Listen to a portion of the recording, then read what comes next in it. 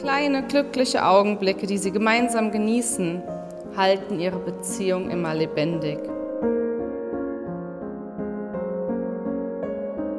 Denn das Glück ist das Einzige, das sich verdoppelt, wenn man es teilt.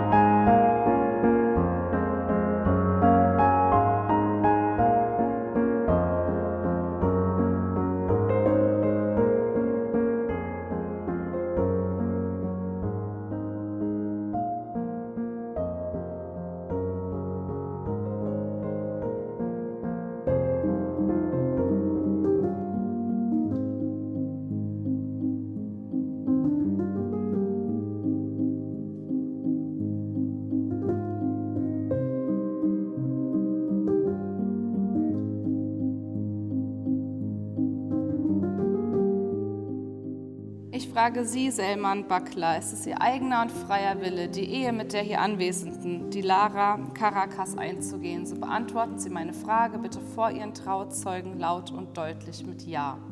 Ja. Ich frage auch Sie, Dilara Caracas, ist es ebenfalls Ihr eigener und freier Wille, die Ehe mit dem hier Anwesenden, Selman Bakla, einzugehen? So beantworten Sie meine Frage bitte ebenfalls vor Ihren Trauzeugen laut und deutlich mit Ja. Ja.